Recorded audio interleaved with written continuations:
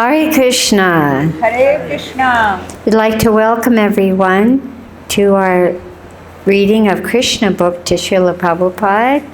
And as we always do, let us offer our respectful obeisances to Srila Prabhupada and to each other. Namo Om Vishnupadaya Krishna Prasthaya Bhutale Srimati Bhakti-Vedanta Swaminiti Namane Namaste Saraswati Deve Gauravani Pacharane Nirvisesha Sunyavadi Paskachade Shatarane. And to each other, Vanchakalpatrubhyascha Kripa Sindhu Bhyevacha Patita Nam Bhavane Bhyo Vaishnavebhyo Namo Namaha. So for all of you online, we're on chapter 27, and you can follow the subtitles below, and that will help you to follow along in English. Prayers by Indra, the king of heaven. When Krishna saved the inhabitants of Vrindavan from the wrath of Indra by lifting Govardhan Hill, a Sarabi cow from Goloka Vrindavan, as well as King Indra from the heavenly planets, appeared before him. Indra, the king of heaven, was conscious of his offense before Krishna.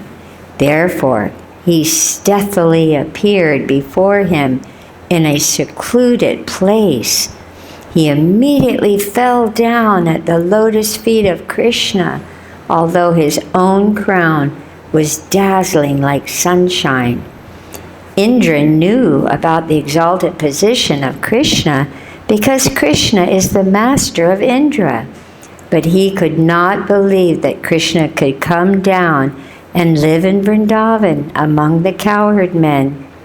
When Krishna defied the authority of Indra, Indra became angry because he thought that he was all in all within this universe and that no one was as powerful as he. But after this incident, and that no one was as powerful as he, but after this incident, Srila Prabhupada, but after this incident, his false, puffed-up prestige was destroyed. Being conscious of his subordinate position, he appeared before Krishna with folded hands and began to offer the following prayers. My dear Lord, Indra said, being puffed up by my false prestige, I thought that you had offered me by not allowing the coward men to perform the Yandra Yagya. And I thought that you wanted to enjoy the offerings that were arranged for the sacrifice. I thought that in the name of a Govardhana sacrifice, you were taking my share of profit, and therefore I mistook your position. Now by your grace, I can understand that you are the Supreme Lord, the personality of Godhead, and that you are the transcendental to all material qualities. Your transcendental position is Vishuddha Sattva, which is above the platform of the material modes of goodness, and your transcendental abode is beyond the disturbance of the material qualities. Your name, fame, form, qualities, paraphernalia, and pastimes are all beyond this material nature, and they are never disturbed by the three material modes. Your abode is accessible only for one who undergoes severe austerities and penances and becomes completely freed from the onslaught of material qualities like passion and ignorance. If someone thinks that when you enter within this material world, you accept the modes of material nature, he is mistaken. The waves of the material qualities are never able to touch you, and you certainly do not accept them when you are present within this world. Your lordship is never conditioned by the laws of material nature. My dear Lord, you are the original father of this cosmic manifestation. You are the supreme spiritual master of this cosmic world, and you are the original proprietor of everything. As eternal time, you are competent to chastise offenders. Within this material world, there are many fools like me who consider themselves to be the Supreme Lord or the all in all within the universe. You are so merciful that without accepting their offenses, you devise means so that their false prestige is subdued and they can know that you and no one else are the Supreme Personality of Godhead. My dear Lord, you are the Supreme Father, the Supreme Spiritual Master, and the Supreme King. Therefore, you have the right to chastise all living entities whenever there is any discrepancy in their behavior. The Father, the Spiritual Master, and the Supreme Executive Officer of the state are always well-wishers of their sons, their students, and their citizens respectively. As such, the well-wishers have the right to chastise their dependents. By your own desire, you appear auspiciously on the earth in your eternal varieties of forms. You come to glorify the earthly planet and specifically to chastise persons who are falsely claiming to be God. In the material world, there is regular competition between different types of living entities to become supreme leaders of society, and after being frustrated in achieving the supreme positions of leadership, foolish persons claim to be God, the Supreme Personality. There are many such foolish personalities in this world, like me, but in due course of time, when they come to their senses, they surrender unto you and again engage themselves properly by rendering service unto you. And that is the purpose of your chastising persons envious of you. My dear Lord, I committed a great offense unto your lotus feet by being falsely proud of my material opulences, not knowing your unlimited power. Therefore, my Lord, kindly excuse me, because I am fool number one. Kindly give me your blessings so that I may not act so foolishly again. If you think, my Lord, that the offense is very great and cannot be excused, then I appeal to you that I am your eternal servant. You appear in this world to give protection to your eternal servants and to destroy the demons who maintain great military strength, just to burden the very existence of the earth.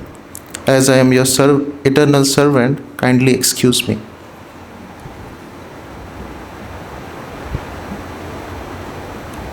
My dear Lord, you are the Supreme Personality of Godhead.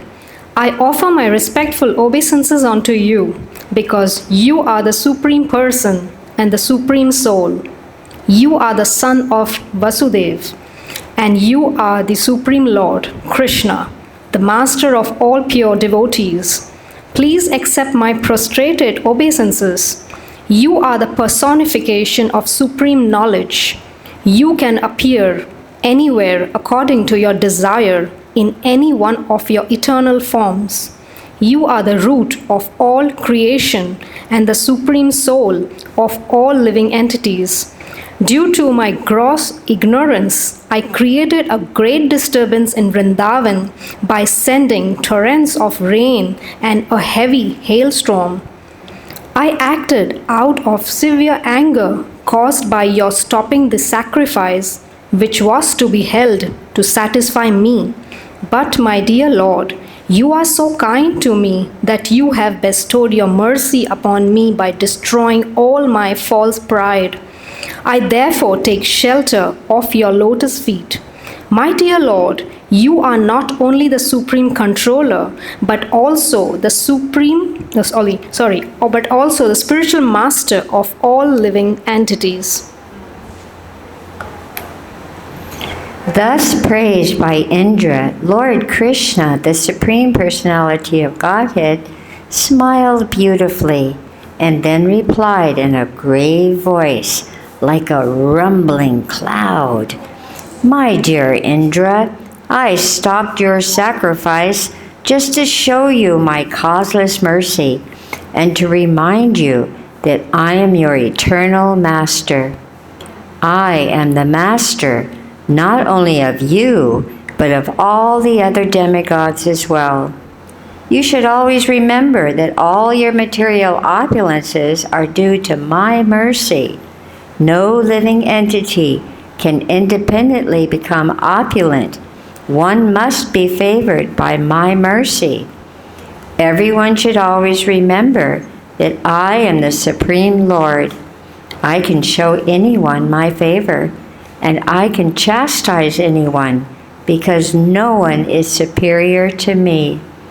If I find someone overpowered by false pride, in order to show him causeless mercy, I withdraw all his opulences.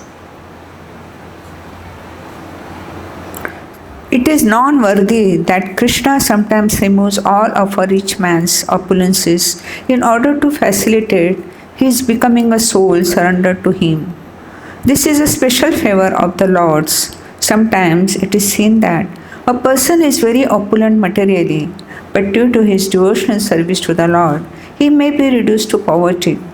One should not think, however, that because he is worshipped the Supreme Lord, he became poverty-stricken.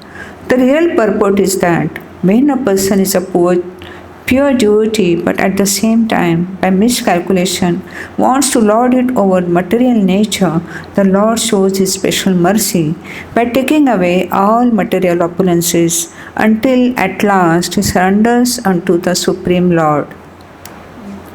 After instructing Indra, Lord Krishna asked him to return to his kingdom in the heavenly planets and to remember always that he is never the supreme, but is always subordinate to the Supreme Personality of Godhead. He also advised him to remain as king of heaven, but to be careful of false pride. After this, the transcendental Surabhi cow, who had come with Indra to see Krishna, offered her respectful obeisances unto him and worshipped him.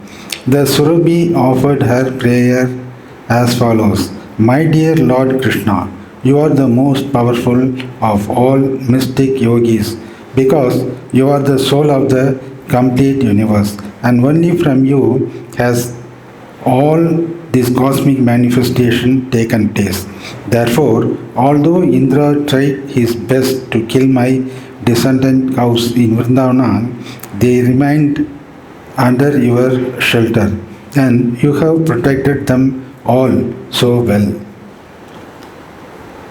We do not know anyone else as the Supreme, nor do we go to any other god or demigods for protection. Therefore, you are our Indra. You are the Supreme Father of the whole cosmic manifestation, and you are the protector and elevator of all the cows, Brahmanas, demigods, and others who are pure devotees of your Lordship. O Supreme Soul of the universe, let us bathe you with our milk, for you are our Indra. O Lord, you appear just to diminish the burden of impure activities on the earth.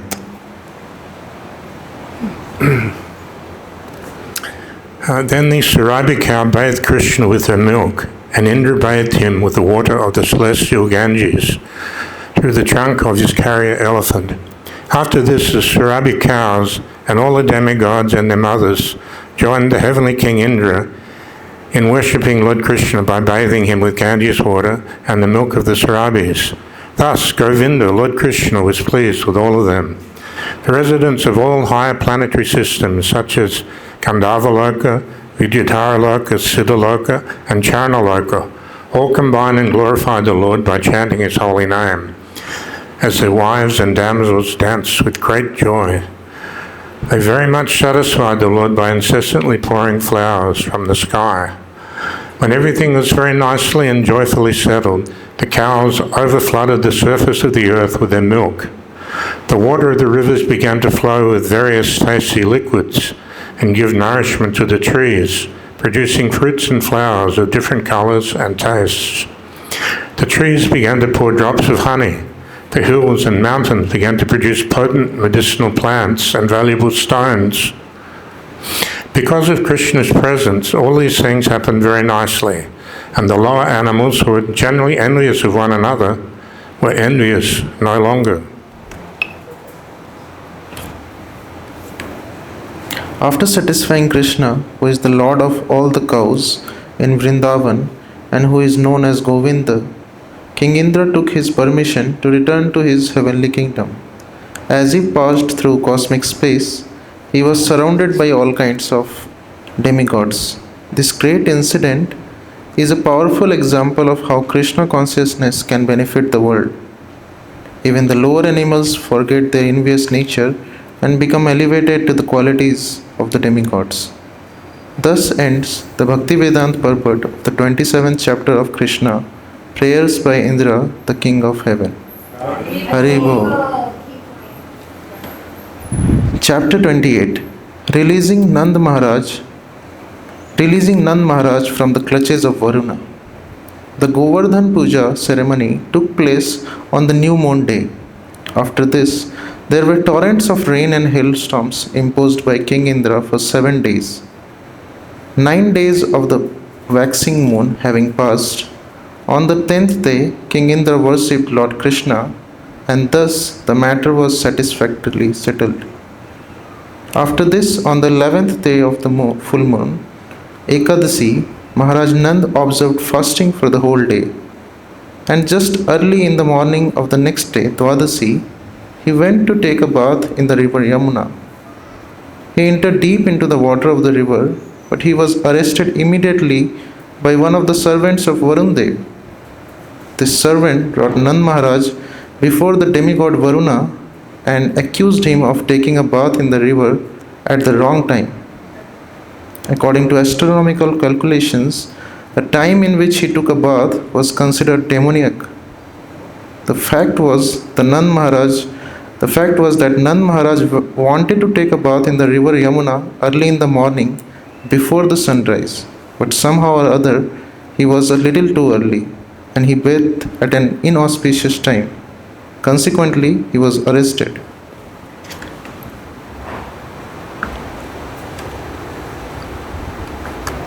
When Nanda Maharaj was taken away by one of Varuna's servants, Nanda's companions began to call loudly for Krishna and Balram. Immediately, Krishna and Balram could understand that Nanda Maharaj had been taken by a servant of Varuna. Thus, they went to the abode of Varuna, for they were pledged to give protection to the inhabitants of Vrindavan, who were all unalloyed devotees of the Lord. Devotees having no shelter other than the Supreme Personality of Godhead naturally cry to him for help, exactly like children who do not know anything but the protection of their parents. The demigod Varuna received Lord Krishna and Balram with great respect and said, "My dear Lord, actually at this very moment, because of your presence, my life as the demigod Varuna has become successful. Although I am the proprietor of all the treasures in the water, I know that such possessions do not make for a successful life. But at this moment, as I look at you, my life is made completely successful because by seeing you, I no longer have to accept a material body. Therefore, O Lord, Supreme Personality of Godhead, Supreme Brahman, and Supersoul of everything, let me offer my respectful obeisances unto you. You are the Supreme Transcendental Personality.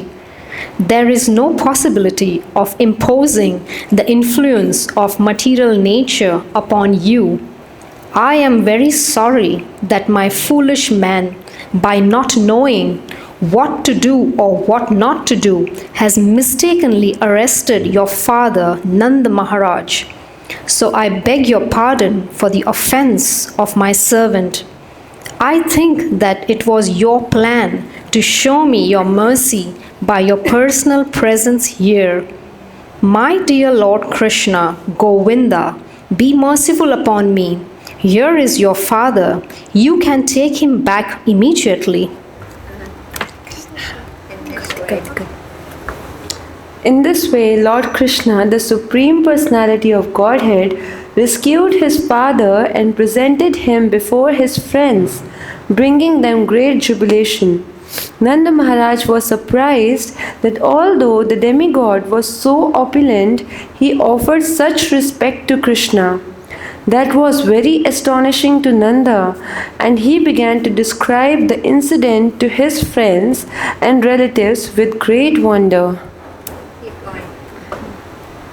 Actually, although Krishna was acting so wonderfully, Maharaj Nanda and Mother Yashoda could not think of him as the Supreme Personality of Godhead. Instead, they always accepted him as their beloved child.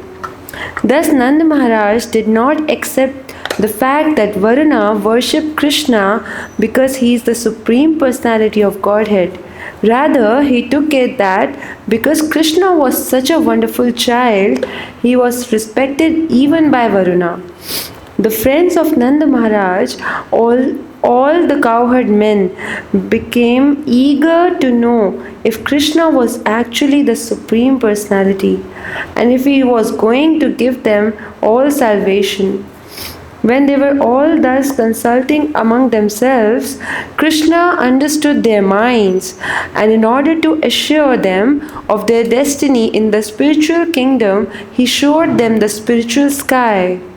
Generally, ordinary persons are engaged simply in working hard in the material world, and they have no information that there is another kingdom or another sky which is known as the spiritual sky, where life is eternal, blissful, and full of knowledge.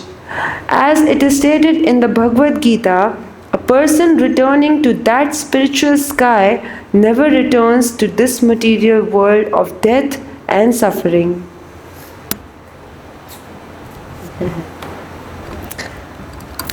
Krishna, the Supreme Personality of Godhead, is always eager to give information to the conditioned soul that there is a spiritual sky far, far beyond this material sky, transcendental to the innumerable universes created within the total material energy. Krishna is, of course, always very kind to every conditioned soul, but as stated in Bhagavad-Gita, he is especially inclined to pure devotees. Hearing their inquiries, Krishna immediately thought that his devotees in Vrindavan should be informed of the spiritual sky and the Vaikuntha planets therein. Within the material world, every conditioned soul is in the darkness of ignorance. This means that all conditioned souls are under the concept of bodily existence. Everyone is under the impression that he is of this material world, and with this concept of life, everyone is working in ignorance in different forms of life. The activities of the particular type of body are called karma, or fruit of action. All conditioned souls being under the impression of the bodily concept are working according to their particular type of body. These activities are creating their future conditioned life. Because they have very little information of the spiritual world, they do not generally take to spiritual activities, which are called bhakti-yoga.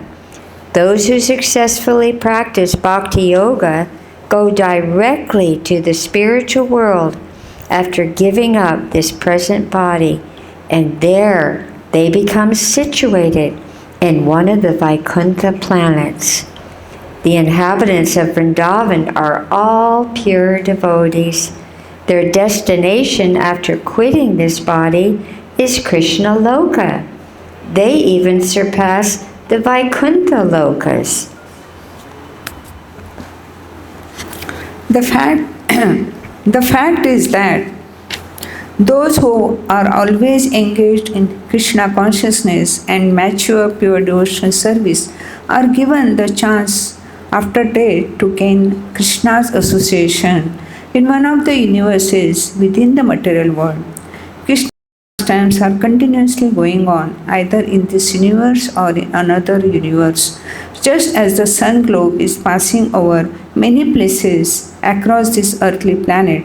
So Krishna Lila, or the transcendental advent and pastimes of Krishna, are also going on continuously, either in this or another universe. The mature devotee who have completely executed Krishna consciousness are immediately transferred to the universe where Krishna is appearing.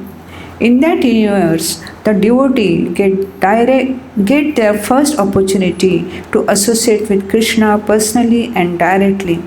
The training goes on, as we see in the Vrindavan Leela of Krishna within this planet. Krishna therefore revealed the actual features of the Vaikuntha planets so that the inhabitants of Vrindavana could know their destination.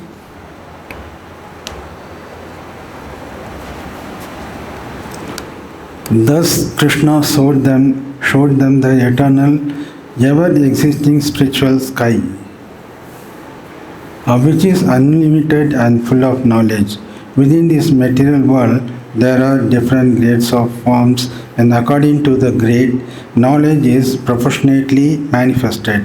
For example, the knowledge in the body of a child is not as perfect as the knowledge in the body of an adult man.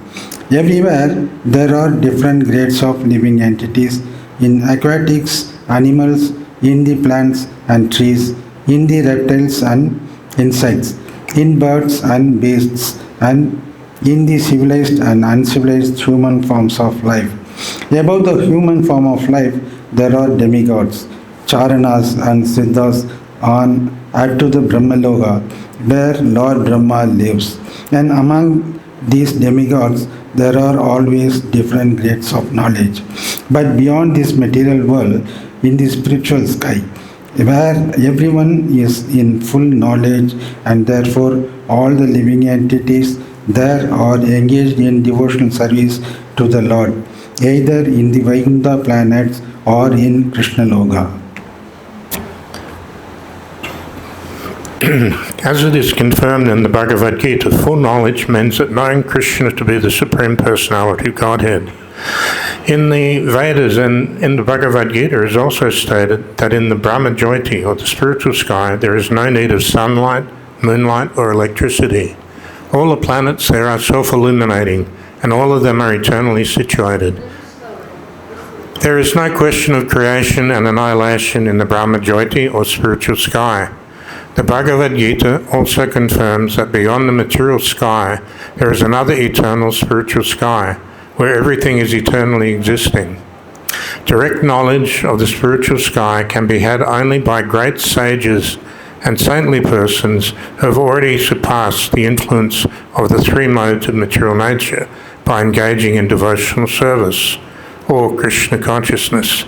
Unless one is constantly situated on that transcendental platform, it is not possible to understand the spiritual nature.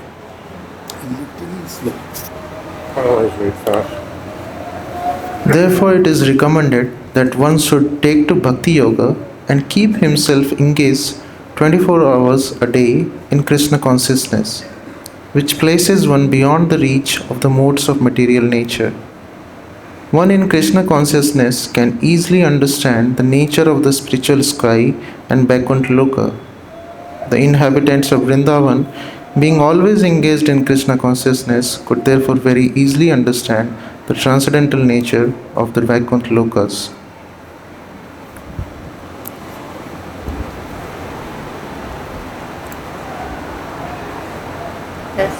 Thus, Krishna led all the cowherd men headed by Nanda Maharaj to the lake where Akura would later be shown the Vaikuntha planetary system.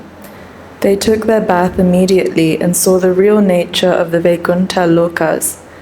After seeing the spiritual sky and the Vaikuntha Lokas, all the men headed by Nanda Maharaj felt wonderfully blissful, and upon coming out of the lake, they saw Krishna, who was being worshipped with excellent prayers. Thus ends the Bhakti-Vedanta purport of the 28th chapter of Krishna, releasing Nanda Maharaj from the clutches of Varuna.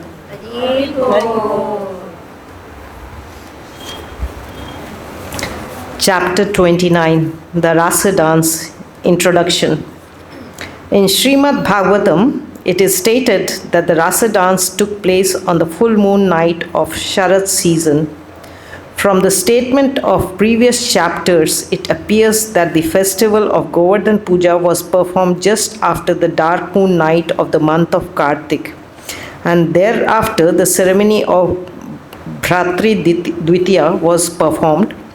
Then the wrath of Indra was exhibited in shape of torrents of rain and hailstones, and Lord Krishna held up Govardhan hill for 7 days until the 9th day of the moon. Thereafter, on the 10th day, the inhabitants of Vrindavan were talking amongst themselves about the wonderful activities of Krishna. And the next day, Ekadashi was observed by Nanda Maharaj. On the next day, Dwadashi, Nanda Maharaj went to take a bath in the Ganges and was arrested by one of the men of Varuna. Then he was released by Lord Krishna. Then Nanda Maharaj, along with the cowherd men, was shown the spiritual sky. In this way, the full moon night of the Sharad season came to an end. The full moon night of Ashwin is called Sharad Purnima. It appears from the statements of Srimad Bhagavatam that Krishna had to wait another year for such a moon before enjoying the rasa dance with the gopis. At the age of 7 years, he lifted Govardhan hill. Therefore, the rasa dance took place during his 8th year.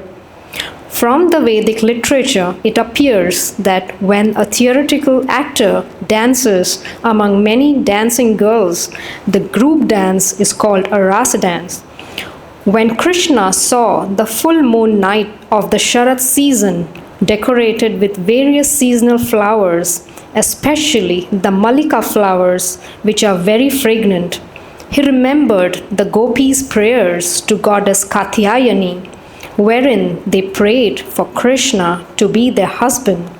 He thought that the full moon night of the Sharad season was just suitable for a nice dance, so their desire to have Krishna as their husband would then be fulfilled. The words used in this connection in Srimad Bhagavatam are Bhagwan Api. This means that although Krishna is the Supreme Personality of Godhead and thus has no desire that needs to be fulfilled because he is always full with 6 opulences, he still wanted to enjoy the company of the gopis in the rasa dance. Bhagwan Api signifies that this dance is not like the ordinary dancing of young boys and young girls. The specific words used in Srimad Bhagavatam are Yogamayam Upashrita, which means that this dancing with the gopis is on the platform of Yogamaya, not Mahamaya. The dancing of young boys and girls within the material world is in the kingdom of Mahamaya, or the external energy. The rasa dance of Krishna with the gopis is on the platform of Yogamaya. The difference between the platforms of Yogamaya and Mahamaya is compared in the Chaitanya Charitamrita to the difference between the gold and iron. From the viewpoint of metallurgy, gold and iron are both metals, but the quality is completely different. Similarly, although the rasa dance and the Lord Krishna's association with the gopis appear like the ordinary mixing of young boys and girls, the quality is completely different. The difference is appreciated by great Vaishnavas because they can understand the difference between love of Krishna and lust.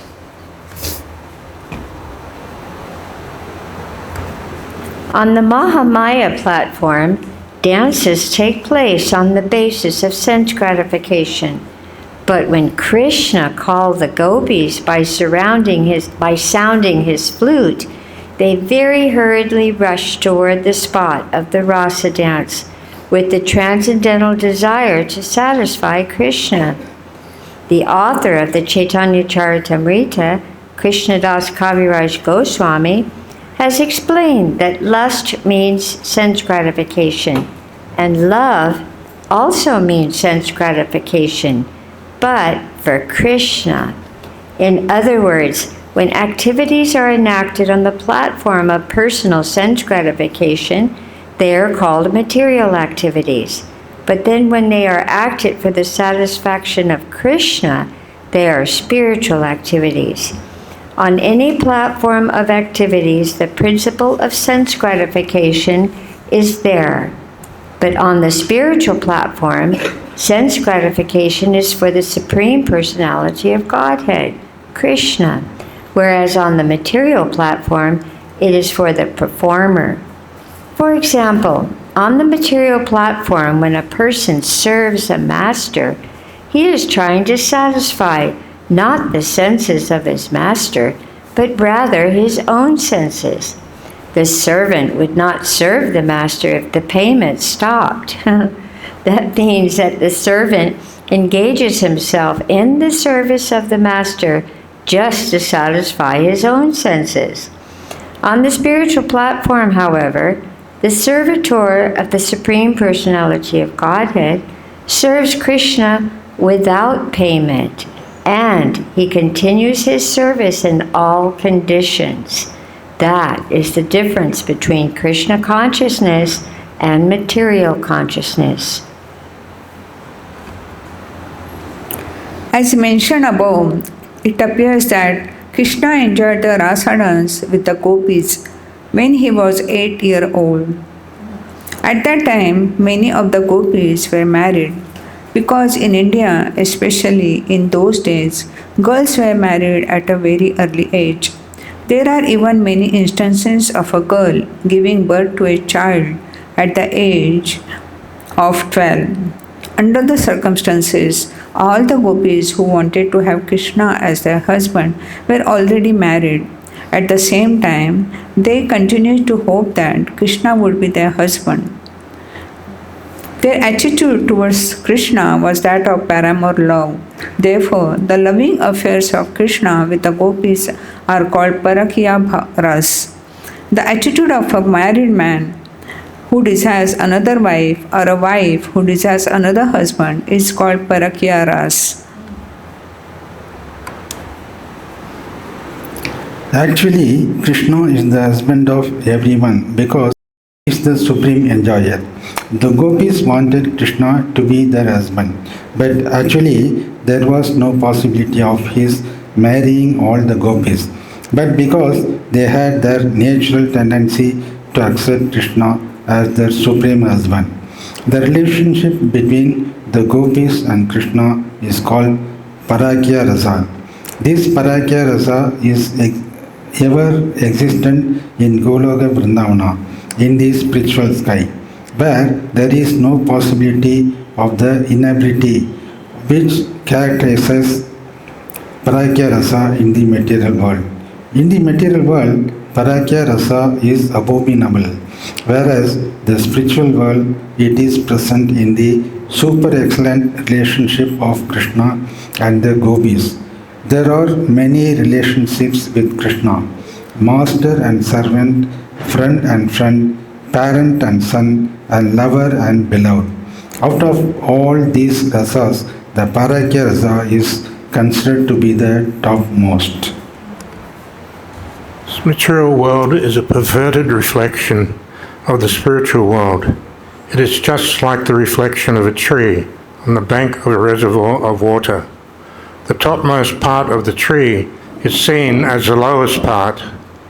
Similarly, Parakya Rasa, when pervertedly reflected in this material world, is most abominable. Therefore, when people imitate the rasa dance of Krishna with the gopis, they simply enjoy the perverted, abominable reflection of the transcendental Parakya Rasa.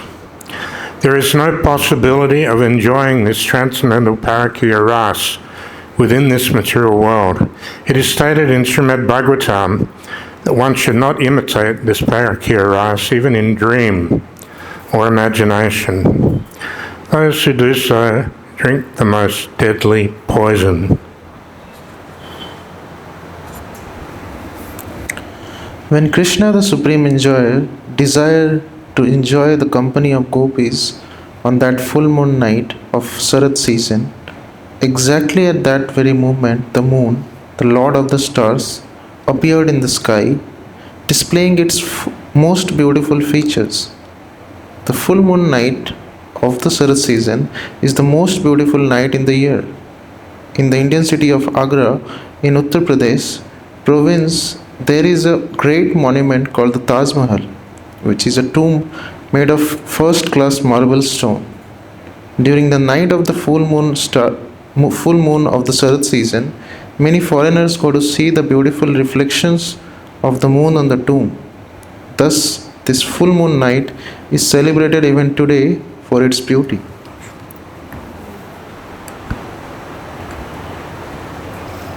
When the full moon rose in the east, it tinged everything with a reddish color. With the rising of the moon, the whole sky appeared smeared by red kumkum.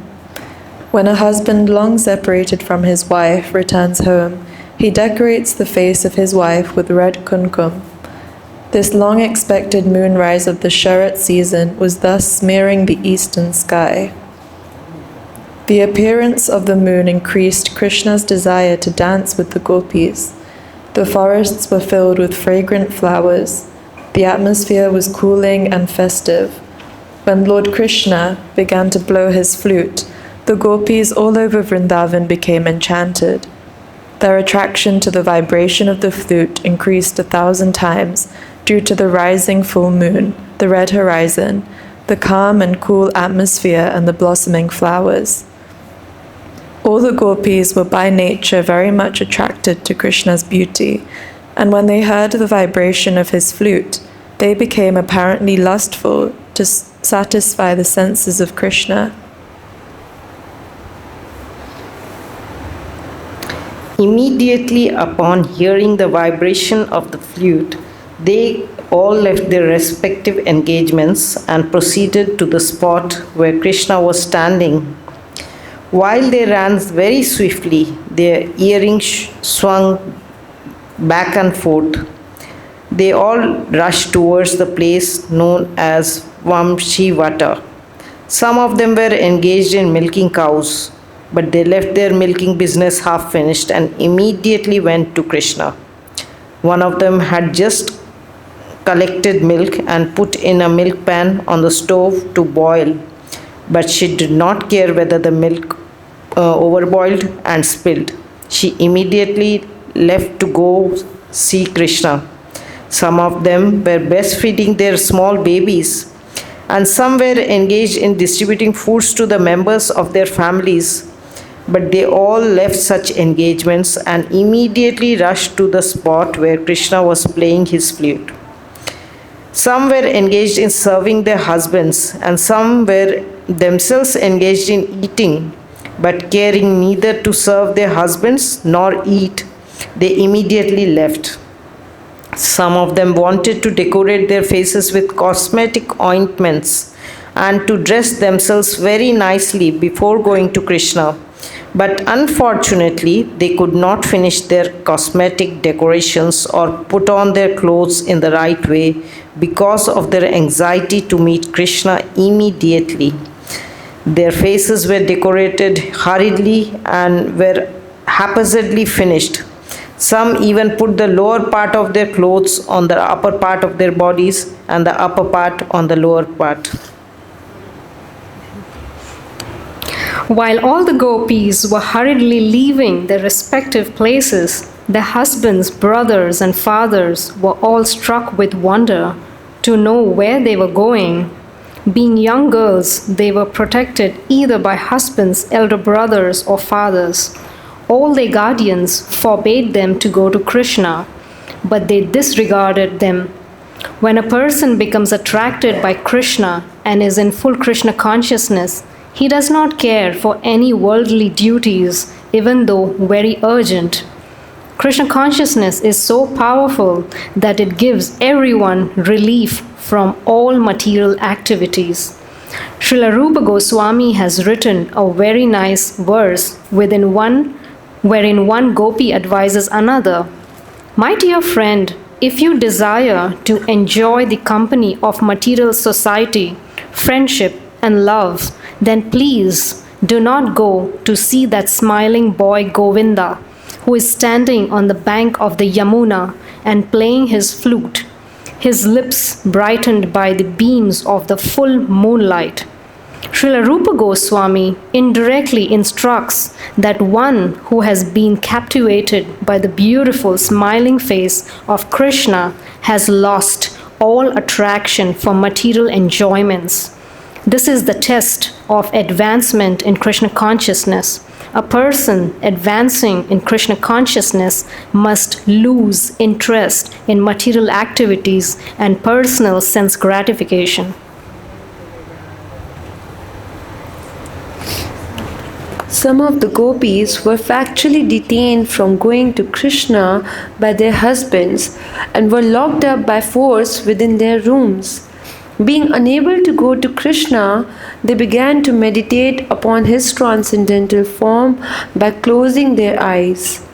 They already had the form of Krishna within their minds. They proved to be the greatest yogis.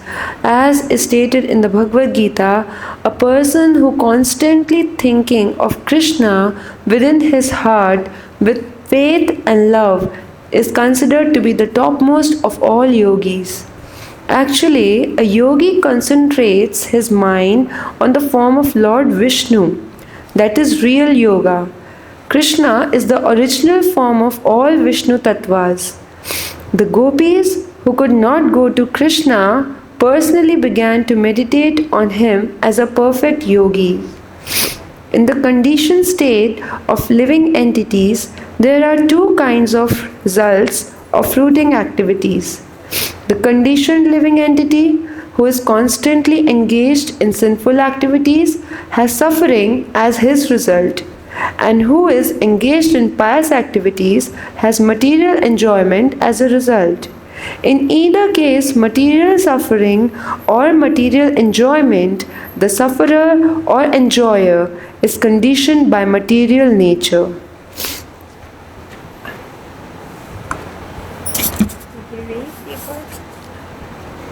The gopi, associates of Krishna, who assembled in the place where Krishna was appearing, were from different groups. Most of the gopis were eternal companions of Krishna. As stated in the Brahma Samhita, Ananda Chinmaya Raspatibha Vivativi.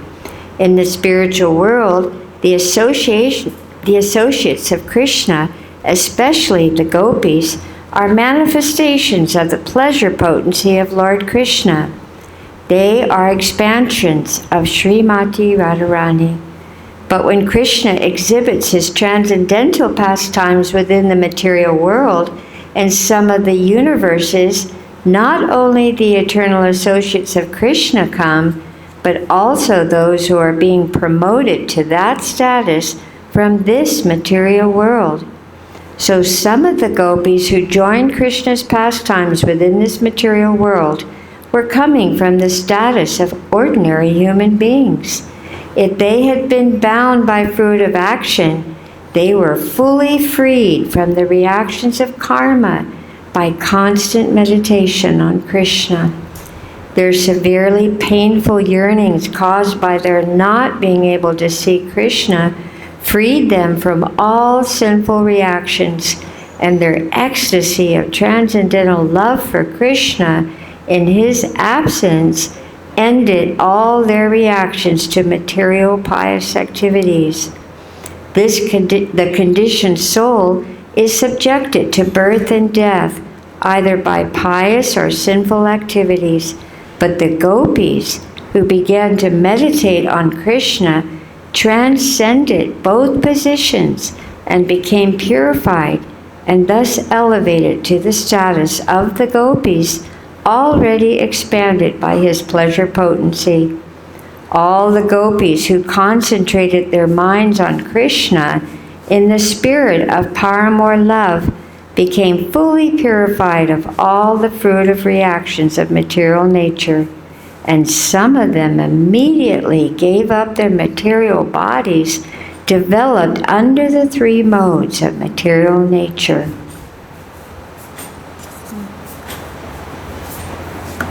Maharaj Parikshit heard Shukadev Goswami explain the situation of the gopis who assembled with Krishna in the Rasa dance.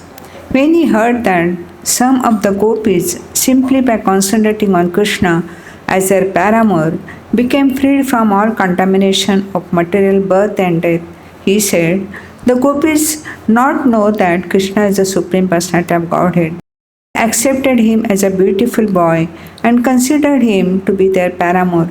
So how was it possible for them to get freed from the material condition just by thinking of a paramour? One should consider here that Krishna and ordinary living being are qualitatively one. The ordinary living beings, being part and parcel of Krishna, are also Brahman, but Krishna is the Supreme Parabrahman. The question is, if it is possible for a devotee to get free from the material contaminated state simply by thinking of Krishna, then why should this not be possible for others who are also thinking of someone? If one is thinking of a husband or son, or if anyone at all is thinking of another living entity, then since all living entities are also Brahman, why are all these who thus think of others not freed from the contaminated stage of material nature? This is a very intelligent question, because there are always atheists imitating Krishna.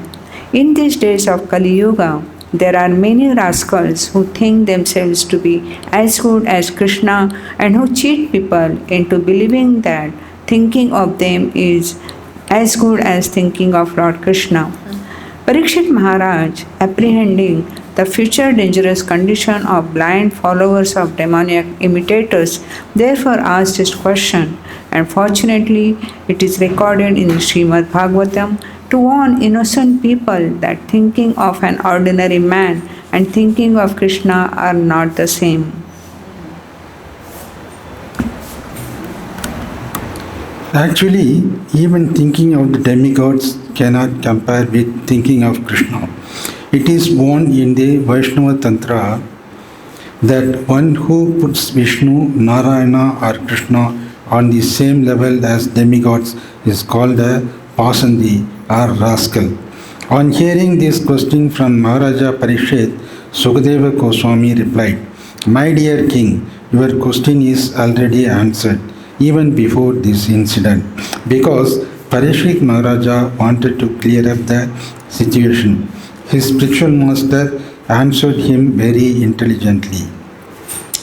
Why are you again asking about the same subject matter which has already been explained to you?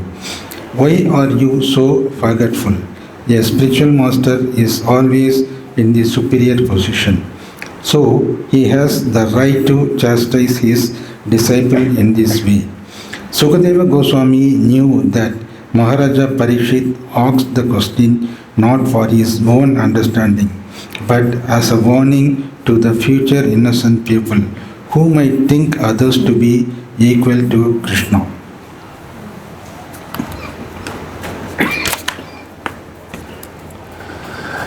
Sukadeva Goswami then reminded Parikshit Maharaj about the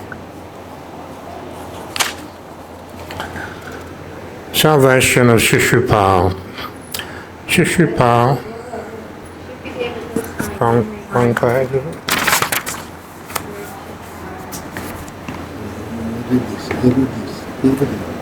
Oh.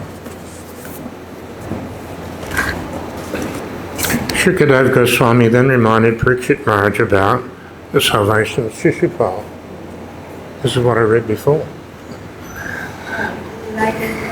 Shishupal was always envious of Krishna, and because of his envy, Krishna killed him.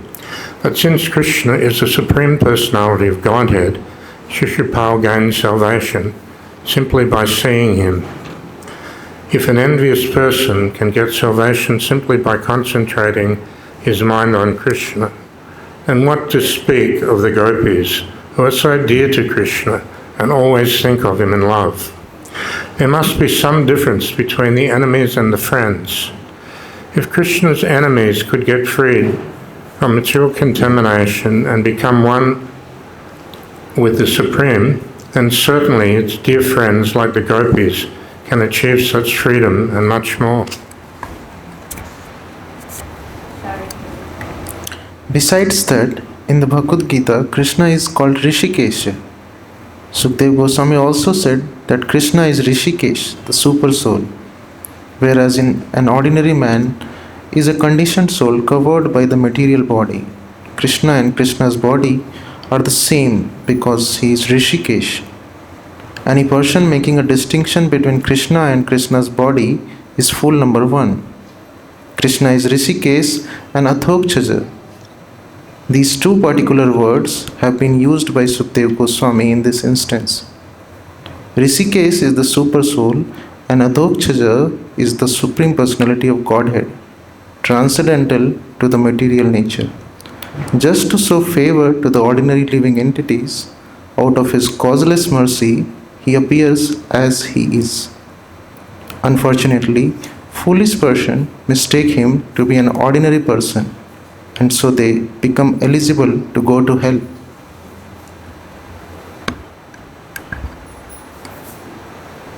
Sukadeva Goswami continued to inform Maharaj Parikshit that Krishna is not an ordinary person, but rather the Supreme Personality of Godhead, imperishable, immeasurable, and without any material qualities, but full of spiritual qualities. He appears in this material world out of his causeless mercy, and whenever he appears as he is, without change. This is confirmed in the Bhagavad-Gita, where the Lord says that he appears by his spiritual potency. He does not appear under the control of the material potency. The material potency is under his control. In the Bhagavad-Gita, it is stated that the material potency is working under his superintendence. It is also confirmed in the Brahma Samhita that the material potency known as Durga is acting just like a shadow which moves with the movement of the substance. The conclusion is that if one somehow or other becomes attached to Krishna or attracted to him, either because of his qualities of beauty, opulence, fame, strength, renunciation, or knowledge, through affection or friendship, or even through lust, anger, or fear, then one's salvation and freedom from material contamination are assured. In the Bhagavad-Gita, 18th chapter, the Lord states that one who is engaged in preaching Krishna consciousness is very dear to him. A preacher has to face many difficulties in his struggle to preach pure Krishna consciousness. Sometimes he has to suffer bodily injuries, and sometimes he has to meet death also. All this is taken as a great austerity on behalf of Krishna. Krishna therefore has said that such a preacher is very, very dear to him. If Krishna's enemies can expect salvation simply by concentrating their minds on him, then what to speak of persons who are so dear to Krishna? The conclusion should be that the salvation of those who are engaged in preaching Krishna consciousness in the world is guaranteed in all circumstances. But such preachers never care for salvation, because factually one who is engaged in Krishna consciousness, devotional service, has already achieved salvation. Sukadeva Goswami therefore assured King Parikshit that he should always rest assured that one who is attracted by Krishna attains liberation from material bondage, because Krishna is the transcendental master of all mystic power. When all the gopis assembled, as described, before Krishna, he began to speak to them, welcoming them as well as discouraging them by word jugglery. Krishna is the supreme speaker. He is the speaker of the Bhagavad-Gita. He can speak on the highest elevated subjects of philosophy, politics, economics, everything. And he also spoke before the gopis who were so dear to him. He wanted to enchant them by word jugglery, and thus he began to speak as follows. O ladies of Vrindavan, Krishna said, you are very fortunate and you are very dear to me. I am very much pleased that you have come here, and I hope everything is well in Vrindavan. Now, please order me, what can I do for you? What is the purpose of your coming here in the dead of night? Kindly take your seats and let me know what I can do for you. The gopis had come to Krishna to enjoy his company, to dance with him, embrace him, and kiss him. And when Krishna began to receive them very officially, showing all kinds of etiquette, they were surprised. He was treating them like ordinary society women. Therefore, they began to smile among themselves. And although they were eagerly listened to Krishna talk in that way, they were surprised. Then Krishna began to instruct them. My dear friends, you must know that it is now the dead of night and the forest is very dangerous. At this time, all the ferocious jungle animals, the tigers, bears, jackals, and wolves, are prowling in the forest. Therefore, it is very dangerous for you. You cannot select a secure place now. Everywhere you go, you will find that all these animals are loitering to find their prey. I think, therefore, that you are taking a great risk in coming here in the dead of night. Please return back immediately without delay. So that concludes, my dear devotees, our 1 hour of reading Krishna book to Srila Prabhupada. And we'll continue this chapter, the Rasa Dance introduction, next Sunday. So as we always do, let us offer respectful obeisances to Srila Prabhupada and to each other. Namo Vishnupadaya Krishna Prastaya Bhutale Srimati Bhakti-vedanta Swaminiti Namane Namaste Saraswati Deve Gauravani Pacharane Nirvisesha Sunyavadi Paskacha Deshatarane. And to each other, Panchakalpatrubhischa Kripa Sindhu Bhyevacha Patitanam Pavanebhyo Vaishnavebhyo Namo Namaha. Jai Srila Prabhupada, Jai Krishna Book, Jai Shri Gauda Bhaktivinoda Ki Jai.